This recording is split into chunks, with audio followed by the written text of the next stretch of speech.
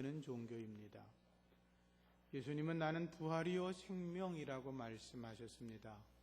예수님은 살아계실 때 당신의 죽음에 대해서 말씀하셨고 또 부활에 대해서 친히 말씀하셨습니다. 예수님은 말씀하신 대로 죽은 지 사흘 만에 부활하셨습니다. 그리고 승천하셨습니다.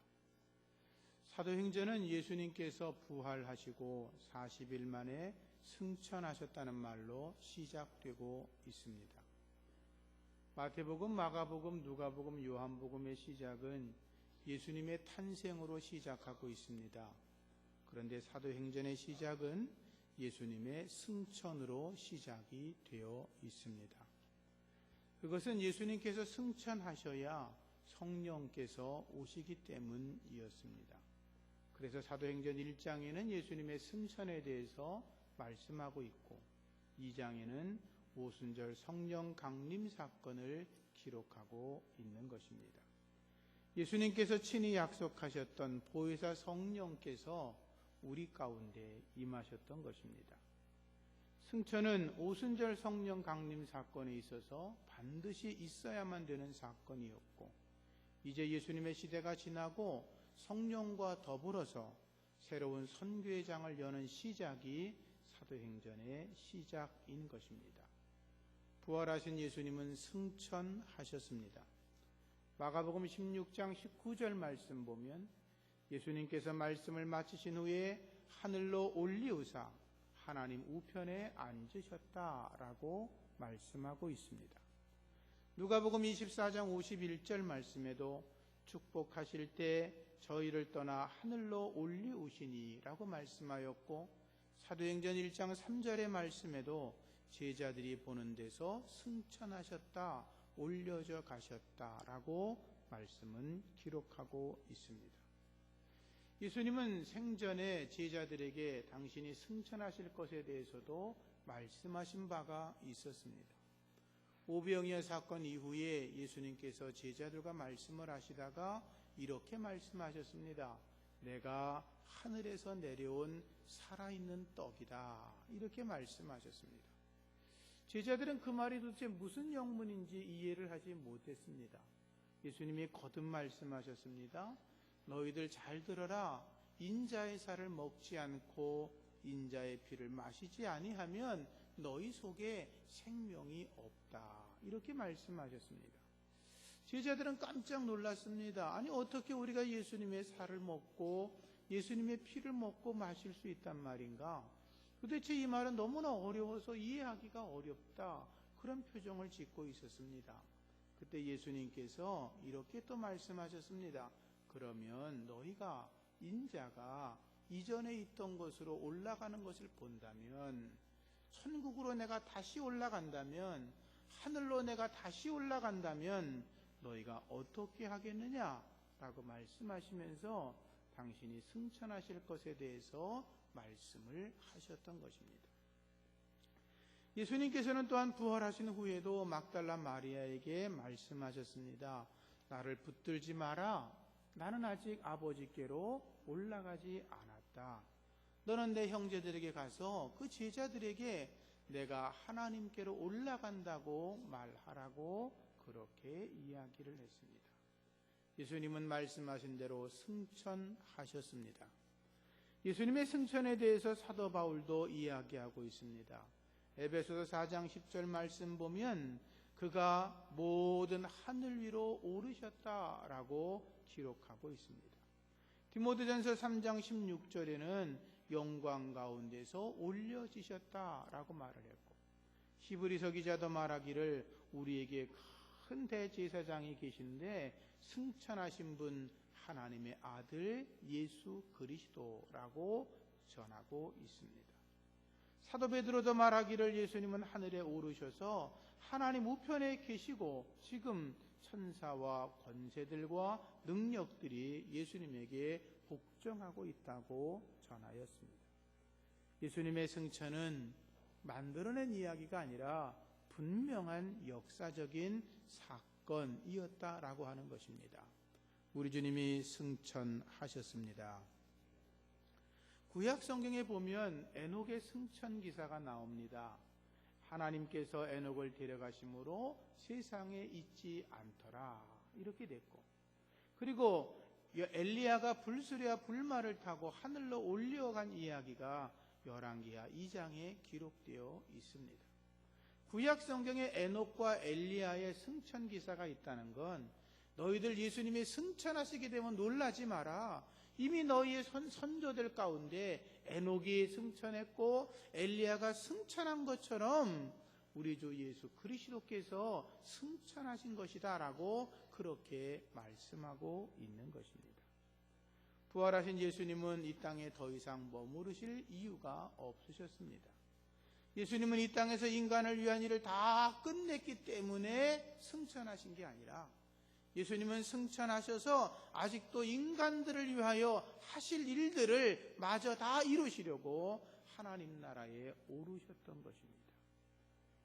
승천하신 예수 그리스도, 그분은 지금 하나님 보좌 우편에 앉아 계셔서 말씀의 표현대로 하면 왕노릇하고 계시다고 성경은 기록하고 있습니다. 예수님은 이 땅에서 낮아지심을 십자가의 죽음으로 끝내시고 스스로 영화를 얻으시려고 부활하셨고 승천하셨습니다. 그리고 하나님 보좌 우편에 앉으셨고 심판의 주로 통치자로 거하고 계십니다. 에베소서 1장 20절 이하 말씀 보면 하나님께서 하늘에서 자기의 오른편에 우리 주 예수 그리스도를 앉히셨고 그분은 모든 통치와 권세와 능력과 주권과 이 세상뿐이 아니라 오는 세상에 일컫는 모든 이름 위에 뛰어나게 하셨다라고 말씀하고 있습니다.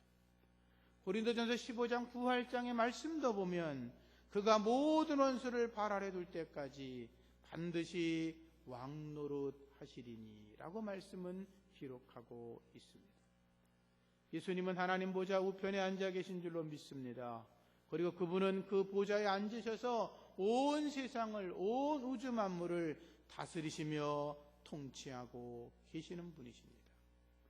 하늘나라에 오르셔서 승천하신 예수 그리스도, 그분은 왕노릇 하시면서 더불어 저와 여러분들이, 믿음의 선진들이 하나님의 나라에 들어가면 그들에게도 하나님께서 왕노릇하는 권세를 주신다고 말씀하셨습니다. 누가복음 19장을 보면 예수님께서 제자들에게 문화의 비유를 말씀하신 적이 있습니다. 어떤 주인이 10명의 종들에게 한 문화씩을 다 나누어 주었습니다. 그리고 돌아와서 결산을 하니까 어떤 이들은 주인님 제가 10문화를 벌어 가지고 왔습니다. 어떤 이는 5개를 가지고 왔습니다. 이렇게 보고를 했습니다. 그때 주인이 말합니다. 잘하였다 착하고 충성된 종아, 내가 지극히 적은 일에 충성하였으니 10고을을 다스리는 권세를 주겠다고 말씀하셨습니다. 10고을을 다스리는 권세, 5고을을 다스리는 권세를 그들에게 주시면서 너희가 그 10고을, 5고을을 다스리는 왕노릇할 거라고 우리 주님이 약속하셨습니다. 요한계시록 말씀을 읽다 보면 예수님은 천국에서 영원히 왕노릇하고 계시다고 말씀합니다. 큰 권능을 가지고 왕노릇하신다고 하였습니다. 그리고 예수님을 따라다가 순교한 사람들, 우상에게 경배하지 않고 순교한 자들은 그리스도와 더불어 1000년 동안 왕노릇할 것이라고 분명하게 기록하고 있습니다. 그리고 또 말씀하기를 첫째 부활에 참여한 자들이 1000년 동안 세세토록 왕노릇할 것이라 하였으니, 사랑하는 성도님들, 이후에 천국 올라가 주님과 함께 왕노릇하기를 주님의 이름으로 축복합니다. 그러기 위해서 이 땅에서 믿음을 더 견고하게 지키는 하나님의 백성 되기를 축복합니다. 승천하신 예수 그리스도, 그분은 약속하신 보혜사 성령님을 우리에게 보내주셨습니다. 예수님은 세상에 계실 때 여러 번 말씀하셨습니다. 내가 하늘에 올라가면 보혜사 성령을 너에게 보내주겠다. 내가 아버지께 구하겠으니 그 하나님께서 또 다른 보혜사 성령을 너희에게 주사 그가 영원토록 너희와 함께 있을 것이라고 말씀하셨습니다. 주님은 이렇게도 말씀하셨습니다. 내가 너희들에게 실상을 이야기하겠다. 내가 떠나가는 것이 너희들에게 오히려 유익한 것이다. 너희들은 내가 떠나지 않고 너희와 영원토록 살기를 원하지만 내가 떠나는 것이 너희들에게 유익한 것이다. 왜냐하면 내가 떠나가지 않으면 보혜사 성령이 오시지 않을 것이고 내가 가게 되면 보혜사 성령이 너희에게 오실 터인데 보혜사 성령께서 오셔서 영원토록 너희와 함께 있는 것이 너희에게 유익이라고 주님은 말씀하셨습니다. 예수님 승천하시면서 보혜사 성령을 보내주셨습니다. 오순절에 마가의 다락방에 기도하던 120명의 성도들에게 하나님의 성령이 임하였습니다. 그래서 우리가 하나님의 성령의 능력을 받고 살아가는 자들이 주 안에서 복된 줄로 믿습니다. 예수님은 그래서 승천하시면서도 제자들에게 마지막 당부하신 것입니다. 너희가 예루살렘을 떠나지 마라. 내게 들은 바 아버지의 약속하신 것 성령을 기다리라고 말씀하시면서 요한은 물로 세례를 베풀었지만 너희들은 성령으로 세례를 받을 거라고 말씀하셨습니다. 그리고 열흘이 지나 오순절 마가의 다락방에 하나님의 성령이 찾아오셨던 것입니다. 승천하신 예수 그리스도, 그분은 우리에게 성령의 능력을 부어 주셨습니다. 그런데 하나님께서 부활하신 주님이 우리에게 성령을 부어 주시는 건 이유가 있습니다. 우리로 하여금 복음의 증인이 되기 위하여 성령을 부으셨다라고 하는 것입니다. 우리는 성령 충만 받아야 합니다. 성령 충만 받는 것은 귀신을 쫓아내고 질병을 고치기 위해서만 받는 것은 아닙니다. 내가 성령의 능력이 있어, 성령 충만 받았어, 이렇게 카리스마가 있다고 자랑하기 위해서 받는 것은 더더군다나 아닙니다. 성령 충만은 40일 금식 기도한다고 받는 것도 아니고 40일 철야기도 한다고 받는 것도 아닙니다. 물론 저도 40일 철야기도 하다가 성령을 체험하긴 했지만 그것 때문에 성령을 받은 것만은 아니라고 하는 것입니다.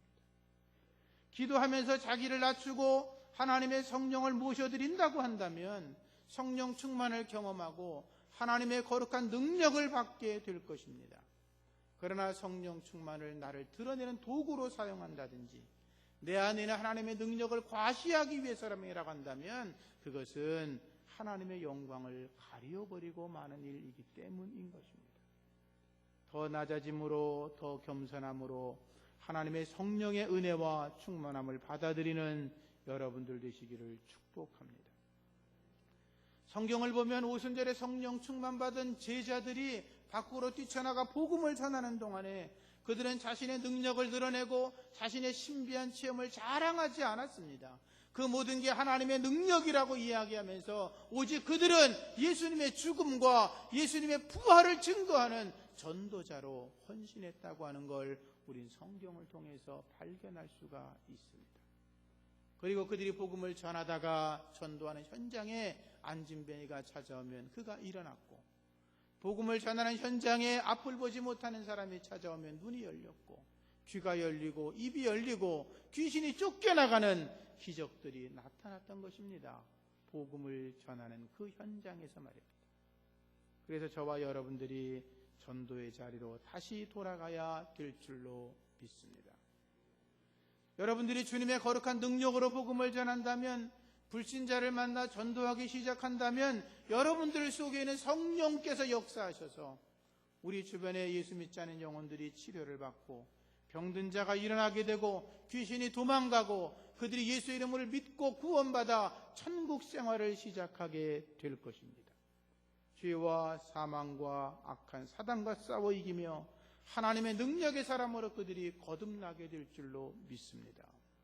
그 거룩한 복음의 능력을 여러분들이 전할 수 있기를 주의 이름으로 축복합니다. 세월호 참사를 보면서 우리 모두가 울었습니다. 가슴이 답답했습니다. 어떤 일도 손에 잡히지를 않았습니다. 저도 역시 그랬습니다. 세월호 선장과 선원들을 생각하면 분노도 치밀어 올랐습니다.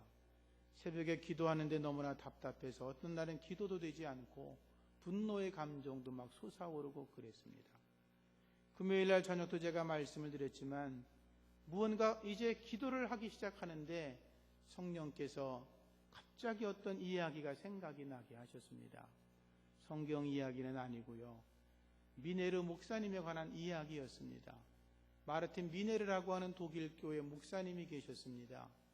그는 히틀러 정권에 항거하면서 8년 동안 옥고를 치른 아주 고난의 목사님이셨습니다. 근데 그분이 옥고를 치르고 난 다음에 전쟁백서라는 책을 쓰는데 그 책 안에 간증이 담기는 이야기를 제가 읽은 기억이 있었습니다. 전쟁이 끝나갈 무렵에 미네르 목사님은 7번이나 똑같은 꿈을 꾸었다고 그럽니다. 아니, 꿈을 한 번만 특별한 꿈을 꿔도 오래 기억하지 않습니까? 똑같은 꿈을 2번 꿔도 이거 이상하네. 그러는데 7번이나 꾸었다 그러니까. 근데 그분의 자기 이야기를 이렇게 써놨습니다.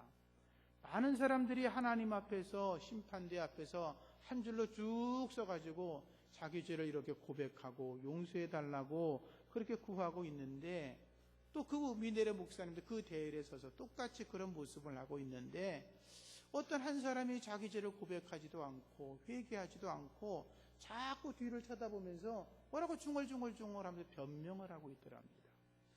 도대체 누군가 하고 그를 살펴보니까 그 사람이 바로 히틀러였다고 그럽니다.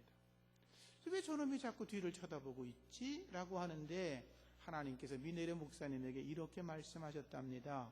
히틀러가 이렇게 된 것은 바로 너의 책임이다 라고 했다는 거예요. 그래서 미네르 목사님이 이게 무슨 말입니까 하나님? 제가 무슨 잘못을 했다고 그게 제 책임입니까? 이렇게 되물었더니 하나님이 그러셨답니다. 네가 8년 동안 히틀러 정권에 대해 항거만 했지 한 번이라도 히틀러에게 전도해 본 적이 있냐? 네가 히틀러에게 전도했다면 그가 무서운 폭군이 되지 않고 전쟁을 일으키지 않았을 거 아니냐? 전쟁을 일으킨 죄값이 바로 네가 전도하지 않은 데 있다라고 말씀을 하셨다고 합니다. 목사님이 가슴을 치고 통곡하면서 회개하면서 이 전쟁의 책임이 바로 나에게 있다라고 고백하며 눈물로 회개했다는 이야기입니다. 이 생각이 기도 중에 번뜩 올라오는데 충격을 받았습니다. 제가 또는 한국교회가 그 선장이나 선원들에게 전도했다면 이렇게까지 큰 참사가 일어나지 않았겠는가, 그런 생각을 하면서 하나님 앞에 침묵하다가 회개하였습니다. 그들을 생각하고 분노하고 욕하고 저주하고 있던 내가 그 문제가 바로 나의 문제라는 걸 생각하게 되었고 한국교회 문제라는 생각을 하면서 얼굴을 들 수가 없었습니다.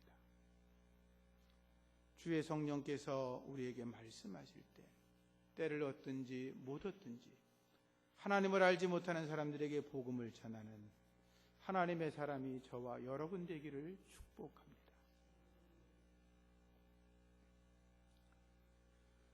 승천하신 예수 그리스도는 당신의 백성들을 위하여서 중보기도 하신다고 말씀은 가르치고 있습니다. 로마서 8장 34절 말씀 보면 죽으실 뿐 아니라 다시 살아나신 이는 예수 그리스도니 그는 하나님의 우편에 계신 자요 우리를 위하여 간구하시는 자라라고 말씀하였습니다. 하늘에 오르신 예수 그리스도는 지금도 우리를 위하여 중보기도하고 계신다고 하는 것입니다. 히브리서 기자는 이렇게 말했습니다. 예수 그리스도께서는 바로 하늘에 올라가셔서 우리를 위하여 하나님 앞에 나타나시고, 요한일서는 이렇게 말합니다.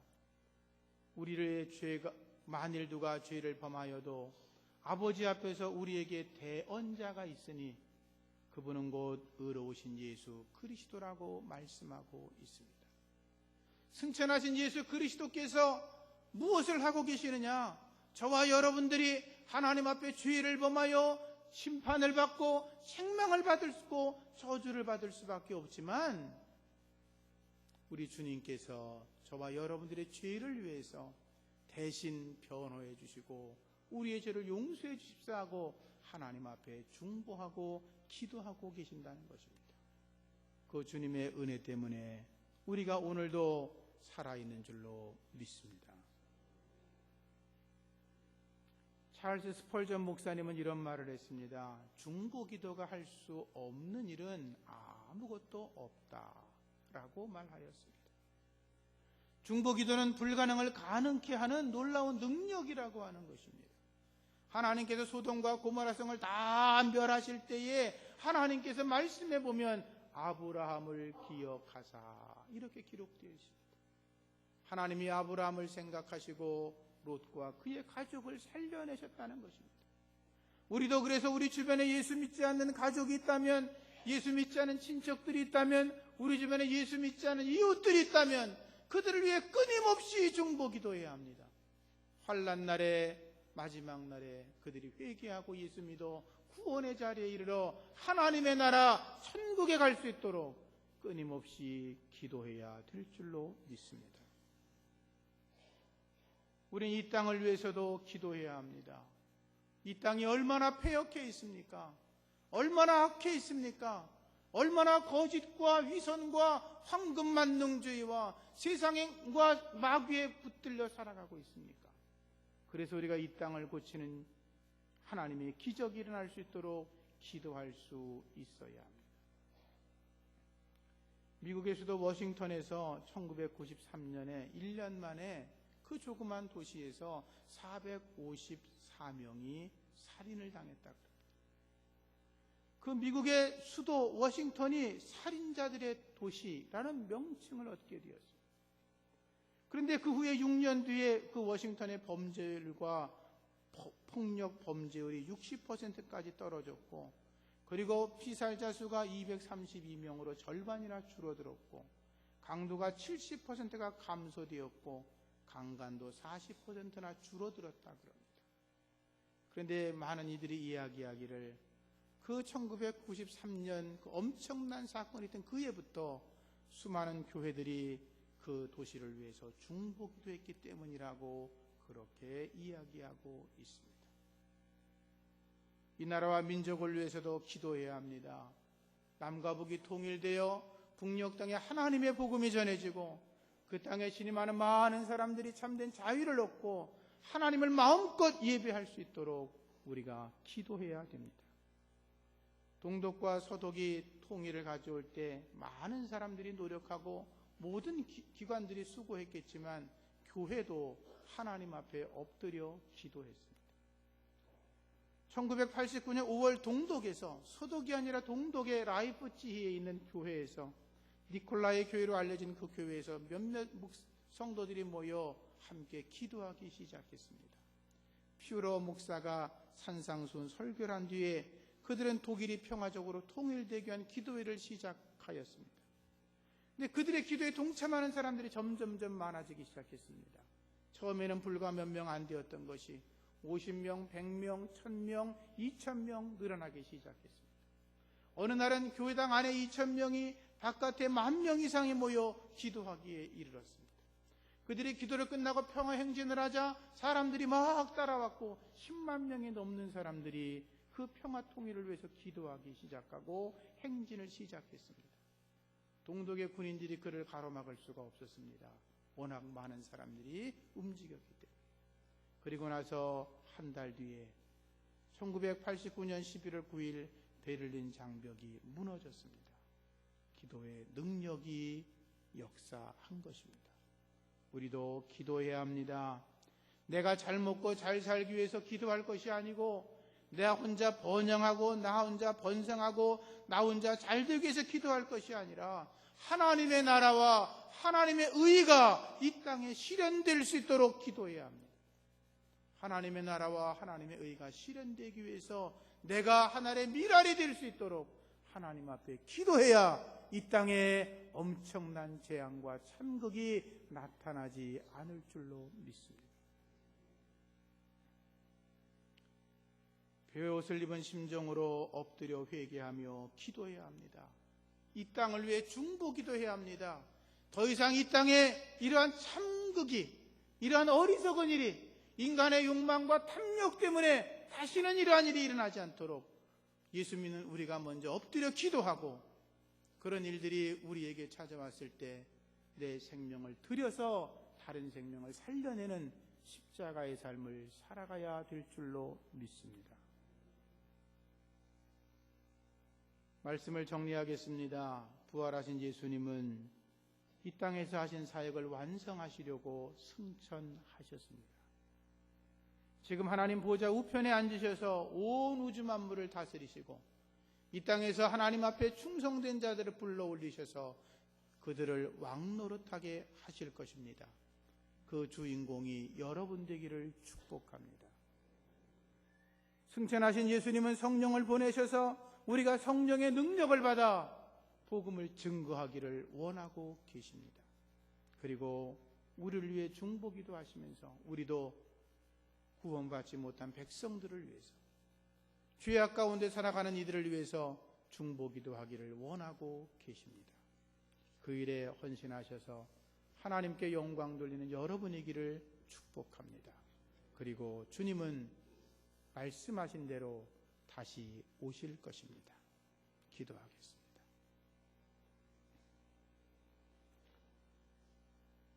십자가에 달려 죽으시고 사흘 만에 부활하시고 하나님 나라에 오르셔서 온 우주 만물을 다스리시고 통치하시는 주님을 찬양합니다. 하나님, 우리들이 이 땅에서 성령의 능력을 받아 주의 거룩한 이름을 드러내고 복음을 전하는 하나님 백성 되게 하여 주옵시고, 이 땅을 살아가는 동안 나를 위해서가 아니라 아직도 구원받지 못한 백성들을 위하여 기도하며 하나님의 나라에 위해서 힘껏 살아가는 우리 모두가 되게 하여 주시옵소서. 다시 오실 예수님을 찬양하며 예수님 이름으로 기도합니다.